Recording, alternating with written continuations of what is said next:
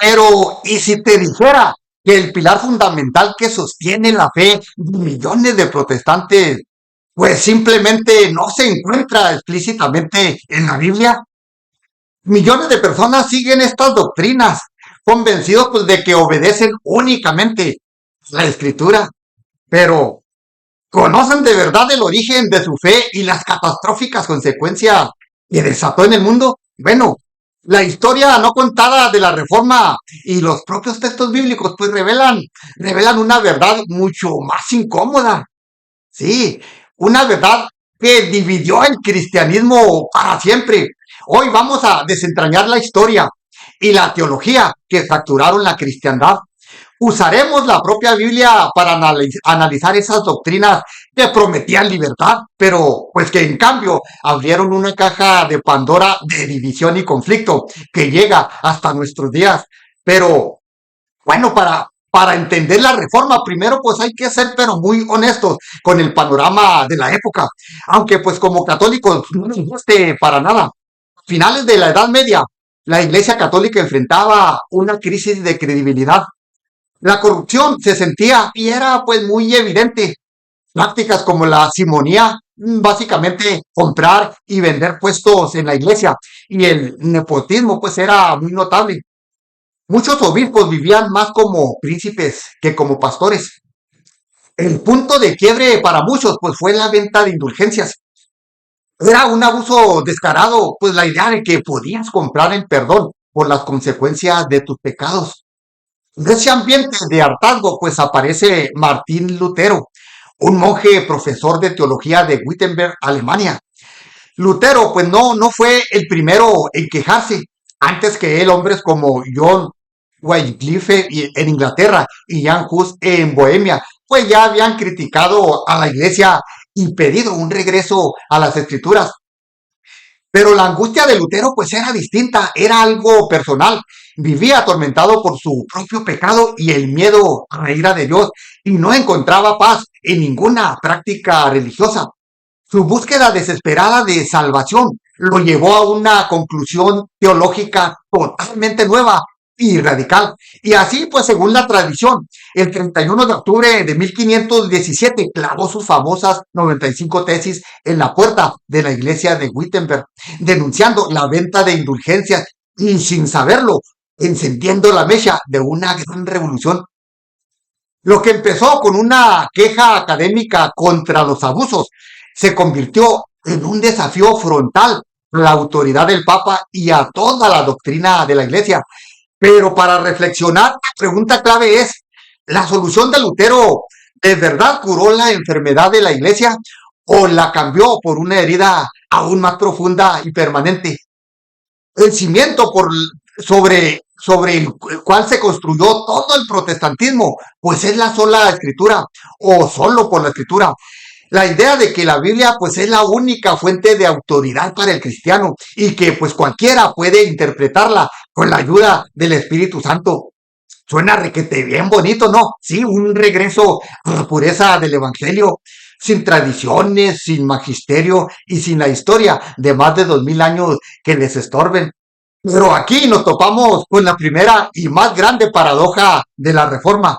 La sola, la idea de sola escritura, pues no aparece textualmente en la Biblia. No vas a encontrar un solo versículo que diga la Biblia es la única regla de fe. De hecho, desde la perspectiva católica, la propia Biblia apunta en una dirección muy diferente. Claro, a menudo distorsionando la escritura. Se cita segunda de Timoteo 3, 16, 17. Toda la escritura es inspirada por Dios y útil para enseñar. Y es verdad, la escritura es inspirada y útil. Nadie lo niega. Pero fíjate muy bien, el texto no dice que sea suficiente o la única autoridad. De hecho, pues en esta misma época el apóstol Pablo escribió algo crucial en segunda de Tesalonicenses 2:15. Así que hermanos, estad firmes y retener la doctrina que habéis aprendido, sea por palabra o por carta nuestra.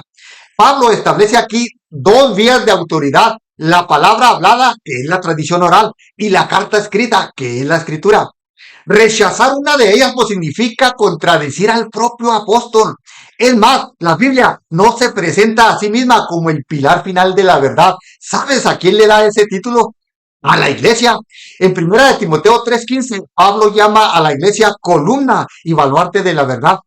Jesús no les dijo a sus apóstoles, escriban un libro, les dijo, ir y enseñar. Fundó una iglesia viva con una jerarquía para enseñar en su nombre. Pero el problema de sola escritura no es solo teológico, también es histórico y práctico. Históricamente fue la Iglesia Católica, a través de sus concilios en el siglo cuarto, como lo de Hipona y Cartago, la que definió qué libros pertenecían al Nuevo Testamento. Los reformadores tomaron una Biblia que no compilaron para atacar la misma autoridad que se las entregó. ¿Cómo la ven? Es como cortar la rama del árbol sobre la que está sentado. Y en la práctica, la sola escritura pues simplemente no funciona como se prometió. Y piénsalo bien aquí, piénsalo y reflexiona. Si la Biblia fuera la única guía y tan clara para todos como ellos dicen, ¿por qué existen miles de denominaciones protestantes que no se ponen de acuerdo en temas básicos como el bautismo, la Eucaristía o la salvación?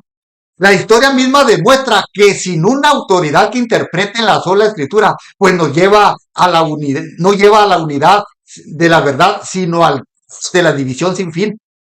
La historia que el protestantismo nos suele contar es la de una reforma que es que heroica, una lucha por la libertad contra la tiranía, pero convenientemente se deja fuera el lado oscuro. Lejos de traer la paz, la reforma hundió a Europa en más de un siglo de guerras de religión sangrientas. La guerra de los 30 años, 1618 y 1648, por ejemplo, devastó Europa Central y causó la muerte de unos 8 millones de personas por la guerra. El hambre y las enfermedades y, por ejemplo, Francia en las masacres entre católicos y protestantes hugonotes, pues duraron décadas. La norma se convirtió en la religión del rey, en la religión del pueblo. Sí, lo que provocó persecuciones brutales en ambos bandos. Y no creas que la intolerancia pues fue solo cosa de los católicos. Los mismos reformadores que pedían libertad de conciencia para ellos, a menudo se las negaban a los demás. El caso más famoso es el de Juan Calvino en Ginebra. Ahí pues estableció una teocracia donde pensar diferente era un crimen capital. En 1553, Miguel Servet, un médico español que negaba la Trinidad, escapó de la Inquisición católica y buscó refugio en Ginebra. En lugar de asilo, pues fue arrestado por orden de las autoridades de la ciudad con la influencia de Calvino, juzgado por herejía y quemado vivo en la hoguera. Qué trágica ironía, ¿no? Los reformadores usando los mismos métodos de aquellos, pues a quienes criticaban. Pero ni la propia Biblia se salvó. Martín Lutero, para que encajara en su teología, se atrevió a editarla. En su traducción al alemán añadió la palabra sola a Romanos 3:28 para que dijera que el hombre es justificado solo por la fe.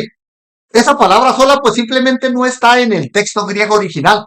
Y fue más allá, Lutero cuestionó la inspiración divina de 4 libros del Nuevo Testamento, Hebreos, Judas, Apocalipsis y sobre todo la epístola de Santiago. La llamó una epístola de paja porque chocaba de frente con su doctrina de solo fe, al afirmar claramente que la fe sin obras está muerta. Con esto pues se abrió la puerta para que cualquiera pudiera armar y desarmar el cristianismo a su propio gusto, eligiendo pues qué partes de la Biblia le servían y cuáles no. Yo sé que para muchos de lo que les he dicho pues puede ser duro de escuchar, sobre todo si creciste en una tradición protestante. Bueno, pues quiero que sepas que el objetivo no es atacar personas, sino analizar ideas con honestidad y ver sus consecuencias. Si esto pues te ha hecho dudar o cuestionar lo que creías, pues no te quedes ahí. El propósito pues no es demoler la fe, sino encontrarla en su plenitud. No me creas a mí si no quieres. Te invito a investigar por tu propia cuenta la historia de los primeros cristianos mucho antes de que Lutero naciera. Y lo más importante, pues hablemos, deja tus dudas y pensamientos en los comentarios. ¿Qué piensas de todo esto? ¿Crees que la sola escritura es una base sólida para la fe?